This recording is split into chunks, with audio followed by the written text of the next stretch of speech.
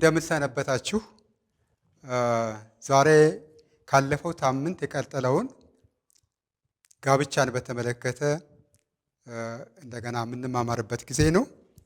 ባለፈው ጊዜ እንዳያችሁት በብሉይ ኪዳን የነበረውን ጋብቻን አጀማመር እንዴት እንደሆነ ለማየት ሞክረናል። ከዛም ወደ አዲስ ኪዳን ስንመጣ ጋብቻ መንፈሳዊ እንደሆነ፣ ስለዚህ በተለይ ትኩረት ሰጥተን ወደ ጋብቻ ከመምጣታችን በፊት ማወቅ የሚገቡን ነገሮች ሁሉ ልንረዳ እንደሚገባን ለማሳየት ሞክረናል። ስለዚህ ዛሬ ደግሞ ባለፈው ጊዜ እንደተናገርኩት ፍቅር ምን እንደሆነ በጥቂቱ እንማራለን። ፍቅር በተለይ በግሪኮች 5 አይነት የፍቅር አይነቶች አሉ። እነኛን የፍቅር አይነቶች መላው ዓለም ይማራቸዋል። ከነዚህ ውስጥ በተለይ የትኞቹን ነው በደንብ የምናውቃቸው? እነኚህን አውቀን ከዛም ደግሞ እውነተኛ ፍቅር የሚገለጥባቸውን ነገሮች ደግሞ በሚቀጥለው ጊዜ አብረን እንማራለን ማለት ነው። ዛሬ 5ቱን የፍቅር አይነቶች በተለይም በግሪክ የተገለጹትን አብረን እናያለን ማለት ነው።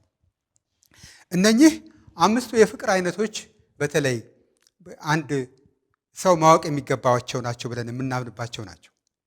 እነኚህን አውቆ በየትኛው የፍቅር አይነት ውስጥ እንዳለን እያንዳንዳችን ባለን ግንኙነት ውስጥ መረዳትና መግለጽ የምንችለው ነገር መኖር መቻል አለበት። የመጀመሪያው የፍቅር አይነት የምንለው በግሪኮቹ ኤፕቲዩሚያ ይሉታል። ኤፕቲዩሚያ ይሉታል። ይሄ ስትሮንግ ዲዛየር ነው ይሉታል። ስትሮንግ ዲዛየር ኦር ካርቪንግ ኦር ዲዛየር ቱ ላስት ይላል። ለላስት ላስት ማለት ለመመኘት፣ ለመጎምጀት ወይም ደግሞ በሌላ ቋንቋ ለግብረ ሥጋ ግንኙነት መውደድ አይነት ነው። በአጠቃላይ በምንመለከትበት ጊዜ ጽኑ የሆነ ኃይለኛ የሆነ መጎምጀት ያለበት የፍቅር አይነት ነው። ጽኑ የሆነ ኃይለኛ የሆነ መጎምጀት ያለበት የፍቅር አይነት ነው። በምንመለከትበት ጊዜ መጓጓት አለ። ተቃራኒ ጾታዎች በሚገናኙበት ጊዜ ስሜታዊነት የሚገኝበት ነው የፍቅር አይነት ነው። ስሜታዊነት በስቶ የሚታይበት የፍቅር አይነት ነው። ለፍትወት የሆነ ፍላጎት ያለበት፣ ምኞት ያለበት፣ መጎምጀት ያለበት፣ በአጠቃላይ ለከፍተኛ የሆነ ለወሲባዊ ግንኙነት መመኘት እና በዛ ውስጥ ገብቶ መውጣት አለመቻል ሁሉ ያለበት አይነት እንቅስቃሴ ያለበት የፍቅር አይነት ነው። ኃይለኛ መጎምጀት አለበት። በሀሳብ የሆነ በመመኘት የሆነ መጎምጀት አለበት። ይሄ ብዙ ጊዜ በተለይ በተጋቡ ባልና ሚስቶች መካከል ቢሆን አንዳንድ የጋብቻ አስተማሪዎች እንደሚሉት፣ እኔም የተማርኩበት የስነ መለኮት ትምህርት ቤት የነበሩ አስተማሪ ይህን ሲገልጹት ለባልና ሚስት ሲሆን በጣም መፈላለጋቸው ለዚህ ጉዳይ ለወሲባዊ ግንኙነት መነፋፈቃቸው ጉዳት የለውም ይላል። ነገር ግን አብዛኛዎቹ ሰዎች ይሄን ግንኙነት የሚያደርጉት ከውጫዊ ግንኙነት ጋር ነው። በባልና ሚስት ግንኙነትን መካከል ቢሆን ለዚህ ብቻ መፈላለግ ያለበት ፍቅር እውነተኛ ፍቅር አይደለም። ይሄ አብዛኛውን ጊዜ ምኞትን፣ አምሮትን ብቻ ለመግዛት ለዛ ብቻ መፈላለግ አይነት የፍቅር አይነት ነው ይሄ ማለት ነው ኤፕቲዩሚያ የሚባለው። ይህንን ነው በእግዚአብሔር ቃል አስደግፈን ለመናገር ያክል ብንመለከተው ምን ይላል የእግዚአብሔር ቃል? አንደኛ ዮሐንስ ምዕራፍ 2 ቁጥር 15 እና 16 ላይ ብንመለከት ዓለምን ወይም በዓለም ያሉትን አትውደዱ ይላል። በዓለም ያለው ሁሉ እርሱ የሥጋ ነው፣ ምኞትንና የዓይን አምሮትን፣ ስለ ገንዘብን መመካት ከዓለም ስለሆነ እንጂ ከአባት ስላልሆነ ማንም ዓለምን ቢወድ የአባት ፍቅር በእርሱ ዘንድ የለም ይላል። ወይም የአባት ፍቅር የለውም ይላል። እግዚአብሔርን የሚወድ ለዚህ ለሥጋዊ ምኞት ሲል ራሱን አልፎ የሚሰጥ አይደለም መሆን ያለበት። ስለዚህ በኤፕቲዩሚያ አይነት ፍቅር የሚፋቀሩ ሰዎች ብዙ ጊዜ ቅናት ይበዛባቸዋል እርስ በርሳቸው። እሷን የሚያስባት ወይም እሱን የምታስበው ሴክሹዋል በሆነው ጉዳይ ላይ ባለው ነገር ላይ ነው በይበልጥ እና ግብዝነት የሚታይበት አይነት ፍቅር ነው። ወደ ኃጢአት የሚመሩ ፍላጎቶች ናቸው ያሉት።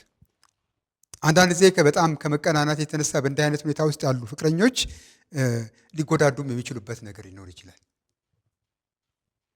ኃይለኛ ጉጉት ይኖራቸዋል፣ ፍላጎት ይኖራቸዋል። ስሜታዊነት የበዛበት የፍቅር አይነት ነው። ስሜታዊነት የበዛበት የፍቅር አይነት ነው። ይሄ ኤፕቲሚያ የሚባለው የፍቅር አይነት ስሜታዊነት በጣም ይበዛበታል።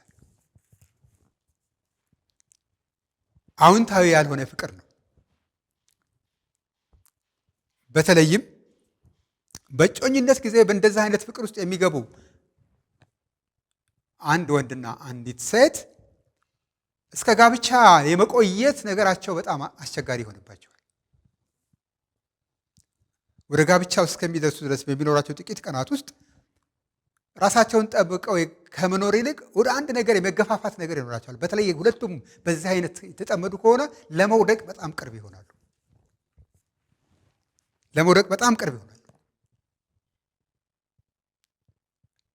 ምክንያቱም የግንኙነታቸው ዋና መሰረት እሷ እሱን መጎምጀቷ፣ እሱ እሷን መጎምጀቱ ወይም ደግሞ የአይን ፍቅር ይሉታል። አንዳንድ ጊዜም በሚያት ጊዜ በሚመለከታት ጊዜ ወይም በምትመለከተው ጊዜ ወዲያው የሚታሰባቸው ሴክሹዋል የሆነው ነገር ወይም ደግሞ ወሲባዊ የሆነው ነገር ነው የሚታሰባቸው።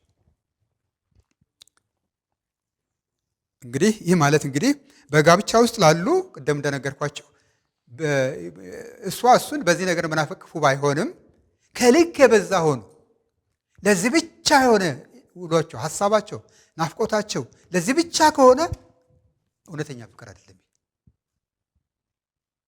በቃ እሷን መወዳት በዚህ ነገር ብቻ ነው፣ ሌላ ነገሯ ሁሉ አይመቸኝም የሚሉበት ጊዜ አለ። እኔ በማማከር አገልግሎት ውስጥ ያጋጥመኛል።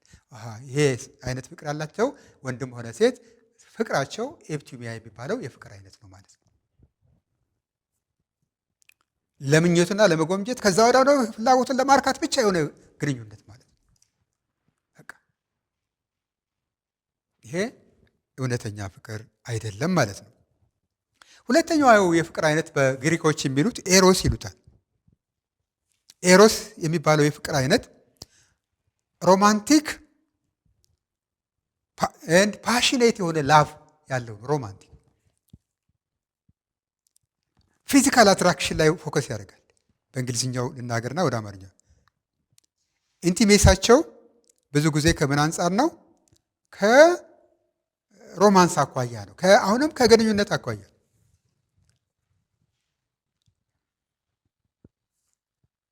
ኤሮቲክ የሚባሉ አንዳንድ ፊልሞች በአሁኑ ሴት በዓለማችን ላይ ገበያ ላይ ያሉት ከእውነተኛ ፍቅር የመነጩ አይደሉም።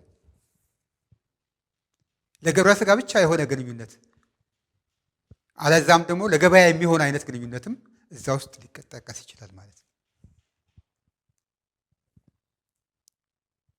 አንዳንድ ጊዜ በሁለት በሚፋቀሩ ሰዎች መካከል አሁንም የዚህ አይነት ግንኙነት ካለ መልካም ነገር አይደለም። አንዳንዱ ጊዜ እንደውም ወንዱ ሴት ስለሆነች ብቻ በምኞቱ የሚወሰድበት ጊዜ ያለ። በዚህ በኤሮቲክ ፍቅር ውስጥ ሴት ስለሆነች ብቻ ይመኛታል። ሴቷም ወንድ ስለሆነ ብቻ የምትመኝበት ጊዜ አለ። ያንን ወንድ ዓላማ አሁንም ከግብረ ሥጋ ጋር የተያያዘ ነው። ዕለታዊ ፍላጎትንና ስሜትን ለማርካት የሆነ ግንኙነት ያለበት ነው። እንደዛ አይነት ፍቅር አሁንም እውነተኛ ፍቅር ሊባል አይችልም። ምክንያቱም አካላዊ ግንኙነቶችን ፎከስ አድርጎ ከአካላዊ ግንኙነት አንጻር የሚደረግ ህብረት ነው።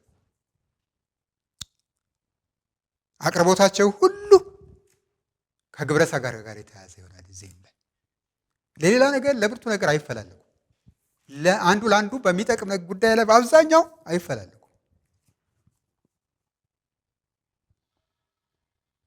ይሄ እንግዲህ ይሄ ኤሮስ የሚባለው ፍቅር ሞስት ኦፍ ዘ ታይም አብዛኛውን ጊዜ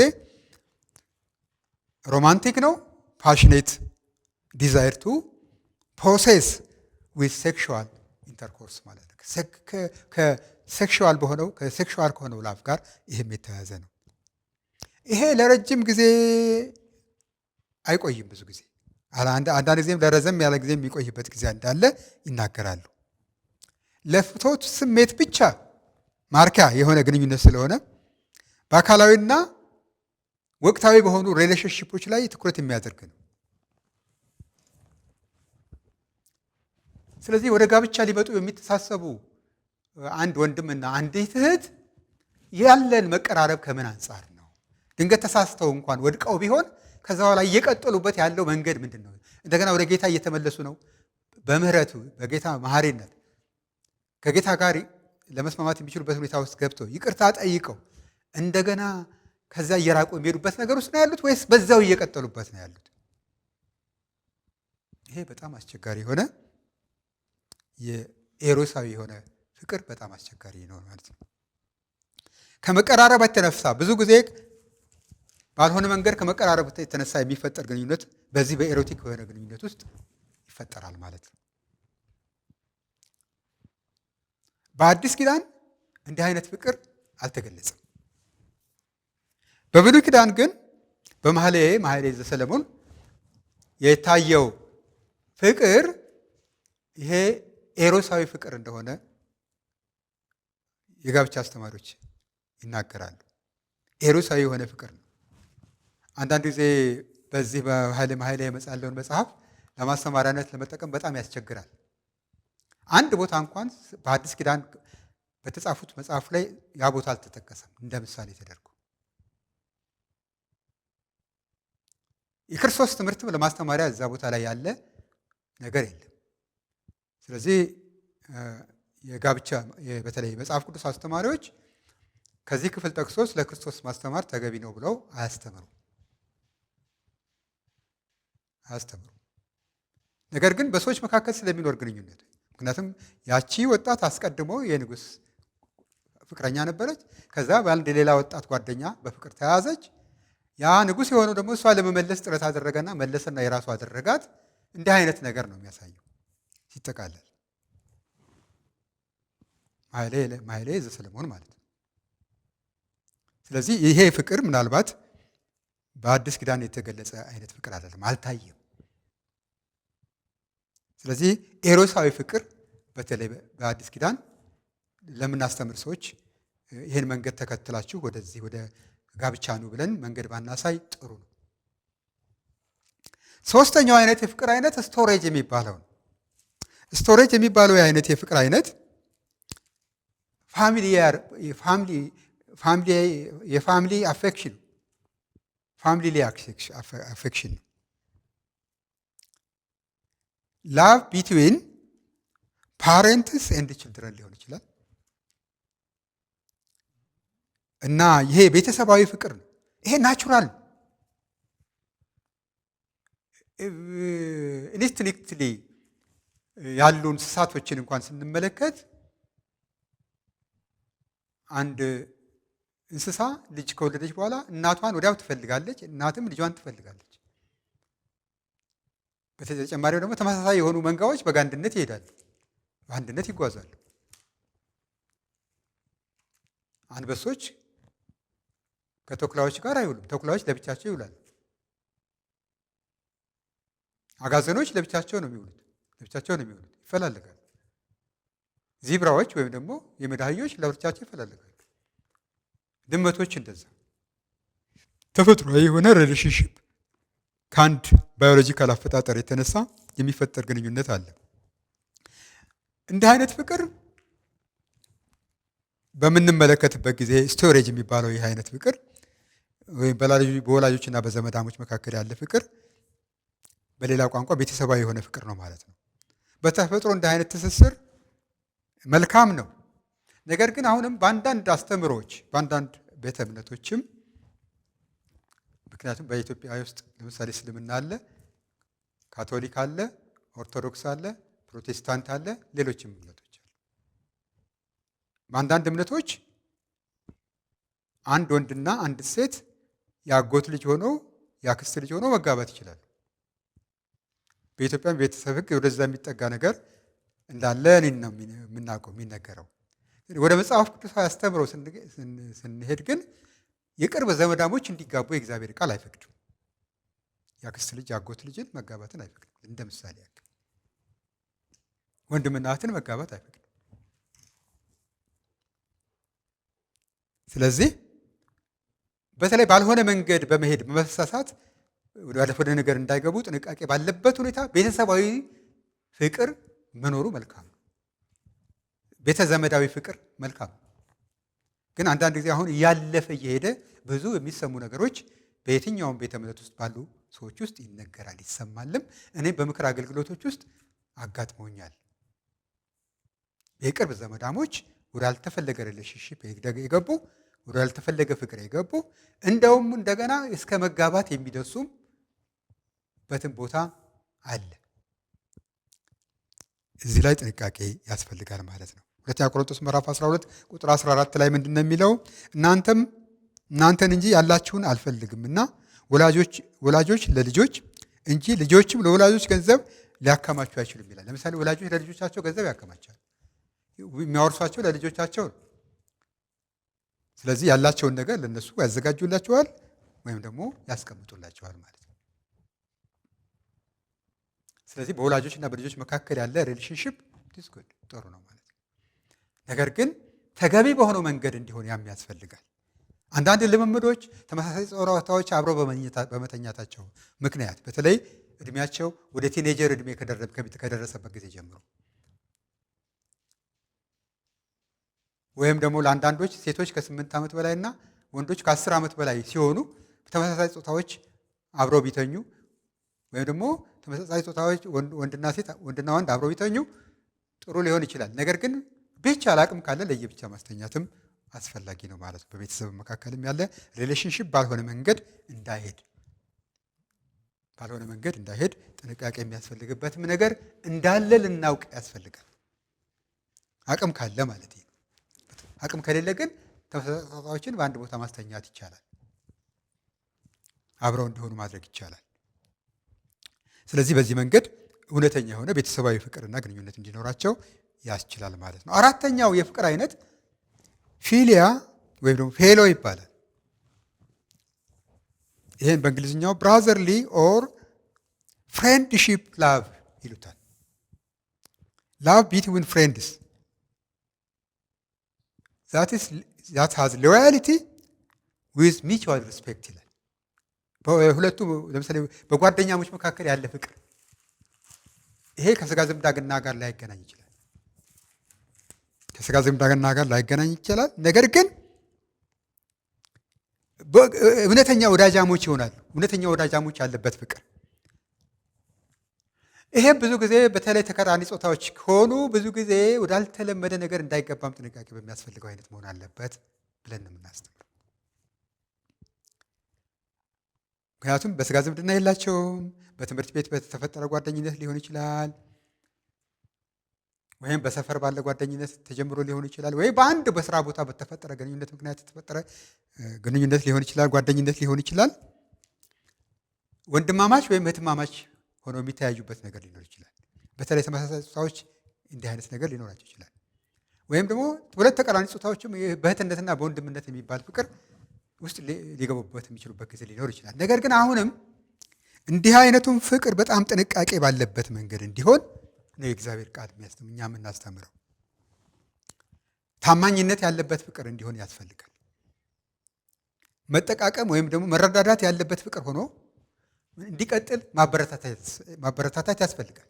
ብዙውን ጊዜ ግን እንደዚህ ይሄ ፌሎ የተባለው የፍቅር አይነት እንካ በንካ ነው። ስትጠቅሙት የሚጠቅማችሁ፣ ስትረዱት የሚረዳችሁ፣ ስታቆሙ የሚያቆም አይደል ነው። ይሄም ትክክለኛው የሆነ የፍቅር አይነት እንደሆነ አያሳይም።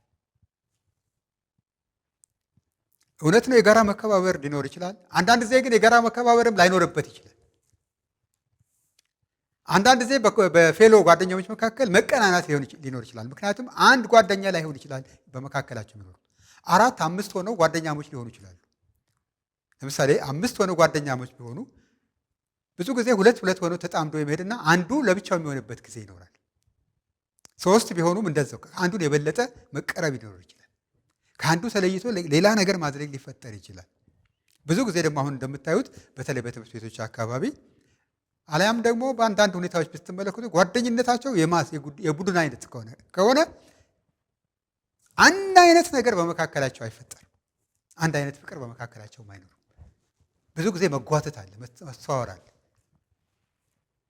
እኔ በቅርብ ጊዜ የገጠመኝ ነገር አለ። በጣም ማምናቸው ሰዎች ነበሩ። ነገር ግን ሳላውቀው በብዙ መንገድ ከእኔ የራቁ ሰዎች አጋጥመውኛል። በኋላ ግን ከእኔ እንደራቁ የገባኝ ግን ጓደኛሞች እየሆን አብረን እየበላን እየጠጣን አብረን እየተጫወትን አብረን እየዋልን ማለት ነው። ይሄ ፌሎ የሚባለው ፍቅር ሞቅታ ያለበት ነው። አንዳንድ ጊዜ ግን ሞቅታው ለተወሰነ ወደ ሌላ የማዳላት ነገር የማጋደል ነገር አለ። ከመጠቃቀም ጋር ወይም ደግሞ ከአንድ ነገር ከመደጋገፍ ጋር የሚያዝበት ነገር አለ። ለምሳሌ የአቅም አቻነት የሚፈልግበት ጊዜ አለ። ገብቷቸዋል። እኔ አንድ ጊዜ በትምህርትና በኃላፊነት ከፍተኛ ቦታ ላይ ያለ ጓደኛዬ ብዙ ጊዜ ሲያገኘኝ ሻይ ይጋብዘኛል። ጥሩ ነው። በኋላ አንድ ቀን እንደዚህ ብሎ አስጠነቀቀኝ። ከዚህ ወደ አንተ ይሄን ልክፈል አትክፈል ብለህ እንዳታወነው። እኔ እኮ በስታተስ እበልጥሃለሁ አለ። በፖዚሽን እበልጥሃለሁ፣ ባለሁበት ቦታ እበልጥሃለሁ። እኔ የማገኘውን አንተ በአመትም አታገኘውም፣ በወር የማገኘው። ስለዚህ ለእኔ ልክፈል አልክፈል እንዳትል ከዚህ ወዲህ አለ። አያቸው። እውነት ነው። ከኔ ጋር የሚገናኘው ሰው አልፎ አልፎ ነው፣ በአመት አንድ ጊዜ ሁለት ጊዜ። ብዙ ጊዜ የሚውለው ከሌሎች ጋር ብዙ ጊዜ ሮል እና ስታተስ የምንለው ነገር አለ። ብዙ ጊዜ እንዲህ አይነት ጓደኝነት ከአቅም ጋር የሚሄድበት ጊዜ አለ። ካላቸው ስታተስ ጋር የሚሄድበት ጊዜ አለ። ደረጃ ካላቸው ገቢ ጋር የሚሄድበት ጊዜ አለ። እውነተኛ ፍቅር አይደለም። አብራችሁ አድጋችሁ፣ አብራችሁ ኖራችሁ፣ አብራችሁ ህብረት ሰርታችሁ በጥቂት ነገር መበላለጥ ምክንያት በደሞዝ በገንዘብ ሊሆን ይችላል፣ በኃላፊነት ሊሆን ይችላል። ራሱን ከእናንተ የሚያገልበት ጊዜ ሊያጋጥም ይችላል። እኔ እንደ ልጆች አድርጌ እንደ ጓደኛ አድርጌ ያሳደግኳቸው አሁን በአንዳንድ አኗኗራቸው ብዙ የተለወጡ ሰዎች በትምህርት እንኳን ሳይበልጡኝ ማለት ነው ነገሮች በምድራዊ ነገር ከፍ ብለው ይታዩ የመሰላቸው አሁን ከኔ ጋር አይውሉም። ከእናንተም ጋር እንደዚህ ነገር ቼክ አድርጓቸው አይውሉም። እንዲህ አይነት ፍቅር እንግዲህ እውነተኛ ፍቅር አለመሆኑን ትረዱታላችሁ ማለት ነው። እውነት ነው፣ ጓደኛሞችነት አለው። አሁንም እንፈላለጋለን፣ አሁንም ትፈላለጋላችሁ። ግን ቀድሞ ዕለት ትገናኙ ቢሆን ወይ በሳምንት አንድ ቀን ትገናኙ ቢሆን ወይ በበዓላት አካባቢ ኩሽና ላይ ትገናኙ ቢሆን ስታተሳችሁ በተቀየረ ጊዜ ግን ትራራቃላችሁ ማለት ነው። እውነተኛ ፍቅር አይደለም ማለት ነው። በጣም የሚገርም ነገር ነው።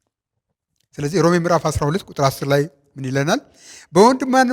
በወንድማማችነት መዋደድ እርስ በርሳችሁ ተዋደዱ፣ እርስ በርሳችሁ ተከባበሩ ይላል። ዮሐንስ ወንጌል ምዕራፍ 21 ደግሞ ከ15-17 ብታዩት ኢየሱስ ክርስቶስ የዮና ልጅ ስምዖን ሆይ ትወደኛለህን አለው። አዎ እንደወደህ አንተ ታውቃለህ ባለበት ሰዓት ኢየሱስ ክርስቶስ አንተ ሁሉን እንደሚያውቅ ኢየሱስ ክርስቶስ በመለሰለት ሰዓት ግልገሎቼን መግብ አለው። መጀመሪያ ወይም ደግሞ ግልገሎቼን አሰማራ አለው። እንደገና መልሶ የዮና ልጅ ስምዖን ሆይ ትወደኛለህን አለው። አዎ እንደወደህ አንተ ታውቃለህ ቢለው አሁንም እንደገና ጠቦቶችን ጠብቅ አለው። ወይም ደግሞ ጠቦቶችን ከማናቸውም ነገር ተከላከላቸው አለው። እንደገና ደግሞ ሶስተኛ የዮና ልጅ ስምዖን ሆይ ትወደኛለህን? አዎ እንደወደህ አንተ ታውቃለህ ባለበት ሰዓት አሁንም በጎቼን አሰማራ ነው ያለው። ወይም ደግሞ ጠብቅ መግብ ነው ያለው። ይሄ እንግዲህ ምንድን ነው? ሰዎችን በያሉበት ደረጃ መመገብ ለሚገባን መመገብ፣ መጠበቅ ለሚገባን መጠበቅ። ይሄ በወንድማማች መካከል ወይም ደግሞ በጓደኛዊ መካከል የሚደረግ መደጋገፍ ነው ማለት ነው። ይሄም በዚህ ውስጥ ሊጠቀስም ይችላል ማለት ነው። በአጠቃላይ የመጨረሻው አምስተኛው አጋፓኦ የፍቅር አይነት ነው። በአጋፓኦ የፍቅር አይነት ይሄ አንድ ኮንዲሽናል ነው። በኋላ በዝርዝር እንመራዋለን። ይሄ አጋፓኦ የፍቅር አይነት በጣም አንኮንዲሽናል የሆነ ላብ ነው። ምንም ያለ ቅድመ ሁኔታ የሚወድ ፍቅር ያለበት ነው። ያለ ቅድመ ሁኔታ መስዋዕትነት ያለበት መውደድ ነው። መስዋዕትነት ያለበት መውደድ ከፍተኛው የፍቅር አይነት ነው። ከፍተኛው የፍቅር አይነት ነው። በጣም የላቀው የፍቅር አይነት ይሄ አጋፓኦ የፍቅር አይነት እውነተኛ የሆነ የፍቅር አይነት ነው። እግዚአብሔራዊ የሆነ የፍቅር አይነት ነው። ዘላቂነት ያለው እውነተኛ የሆነ የፍቅር አይነት ነው። መለኮታዊ የሆነ የፍቅር አይነት ነው። በጣም አይገርምም? በዚህ መለኮታዊ በሆነው የፍቅር አይነት ውስጥ እያንዳንዳችን እንድንሆን ግድ ይለናል። ስለዚህ ወደ ፍቅር ሊገቡ የሚያስቡ፣ ወደ ጋብቻ ሊገቡ የሚያስቡ፣ ወደ ፍቅር ሊመጡ የሚችሉበት መስመር ይሄ አጋፓኦ በሆነው የፍቅር አይነት ነው። ያለ ቅድመ ሁኔታ ፍቅር የሚሰጥበት የፍቅር አይነት፣ ያለ ቅድመ ሁኔታ ፍቅር የሚሰጥበት የፍቅር አይነት። ይሄ በትክክል መታወቅ መቻል አለበት።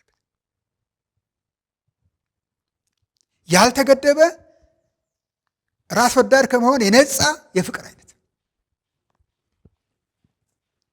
አንደኛ ዮሐንስ ምዕራፍ 3 ቁጥር 16 ላይ ምንድን ነው የሚለው? እርሱ ስለኛ ነፍሱን አሳልፎ ሰጥቷልና። አንደኛ ዮሐንስ 3:16 በዚህ ፍቅርን አውቀናል፣ እኛም ስለ ወንድሞቻችን ነፍሳችንን አሳልፈን እንድንሰጥ ይገባናል ይላል። አይገርማችሁ? እኛም ስለ ወንድሞቻችን ራሳችንን አሳልፈን እንድንሰጥ ይገባናል። ራስን አልፎ እስከ መስጠት ድረስ ወንድሞቻችንን እህቶቻችንን መውደድ ከምንም ጋር ያልተያያዘ ምንም ቅድመ ሁኔታ የሌለው ውለታን የማይጠብቅ የፍቅር አይነት። በኋላ ይሄን ዝርዝር ላይ በኋላ እንመጣለን በሁለተኛው ክፍል ላይ። አንደኛ ዮሐንስ ምዕራፍ 4 ቁጥር 16 ላይ ምን ይላል? እግዚአብሔር ፍቅር ነው ይላል። እግዚአብሔር ፍቅሩን ሲገልጥ ልጁን ነፍሱን እስከ መስጠት ድረስ አድርሶ ነው። በፍቅር የሚኖር ደግሞ በእግዚአብሔር ይኖራል ይላል። ስለዚህ ሰውን ሁሉ የምንወድበት ፍቅር እውነት ነው። ለጋብቻ በሆነው ደግሞ ራሳችንን መርጠን ራሳችንን አይተን የምንወድበት ፍቅር ይኖረናል፣ የምንመርጥበት ፍቅር ይኖረናል። በዛ ፍቅር መሰረት ነው አጋፓው በሆነው ፍቅር አይነት ነው ሰዎች ወደ ጋብቻ ሊመጡ መተሳሰብ ያለባቸው፣ ለመፈቃቀድ መታየት ያለባቸው። ይህንን በዝርዝር በሚቀጥለው ጊዜ አብረን እናያለን። የጌታ ስም የተመሰገነ ይሁን። በደንብ ይገባችኋል? ይሄ አጋፓው የሆነ ፍቅር ምንድን ነው? ይሄ አጋፓው በሆነው ፍቅር እንዴት ነው ሰዎች መፋቀር የሚችሉበት ሁኔታ ውስጥ ገቡ የምንለው? ከመጽሐፍ ቅዱስ በአንድ ክፍል ላይ ተንተርሰን በኋላ በዝርዝር እንማረዋለን። እንደገና ይሄን በሌላ ጊዜ ማለት ነው። ስለዚህ አሁን እንጸልይና እስካሁን ስለነበረን ጊዜ እግዚአብሔርን አመስግነን እንጸልያለን። በማመስገን እንጸልያለን። እግዚአብሔር አባታችንና አምላካችን ሆይ እንደዚህ ስላስተማርከን እናመሰግናለን። አዎ በምን አይነት ፍቅር መገናኘት እንዳለብን አስተማርከን። ኤፕቲሚያ የሆነው ፍቅር ምን አይነት እንደሆነ፣ ስሜታዊ እንደሆነ፣ ወረታዊ እንደሆነ ለማየት ሞክረናል። ኤሮስ የሚባለውም የፍቅር አይነት እግዚአብሔር ሆይ እንደዚሁ ከዚህ ከወሲባዊ ግንኙነት ጋር ባለው ነገር እንደሆነ ተመልክተናል። ስቶሬጅ የሚባለውም ስጋ ዝምድናን ብቻ ተከትሎ የሚሄድ ነው። ፌሎ የሚለውም እንካ በንካ የሆነ ከጥቅም ጋር ተያይዞ ተሳስሮ የሚመጣ እንደሆነ አሳይተናል። አጋፓው የሆነው ፍቅር ግን እግዚአብሔራዊ የሆነ ፍቅር ከምንም ነገሩ ጋር የማያያዝ ቅድመ ሁኔታ የሌለበት ፍቅር እንደሆነ አሳይተናል። በዚህ በመጨረሻው አይነት የፍቅር አይነት ደግሞ መያያዝ እንድንችል መፋቀር እንድንችል በጥቂቱ አስተምረናል። ስላስተማርከን ተመስገን። ባስተማርከን ቃል መሰረት ደግሞ እግዚአብሔር ሆይ እርስ በርሳችን እንድንዋደድ እንድንፋቀር እርዳን። በሚሆንልን ሁሉ ክብሩን መልሰን ደግሞ ላንተ እንሰጣለን። ይሄን ሁሉ በኢየሱስ ስም ጸልየናል። አሜን።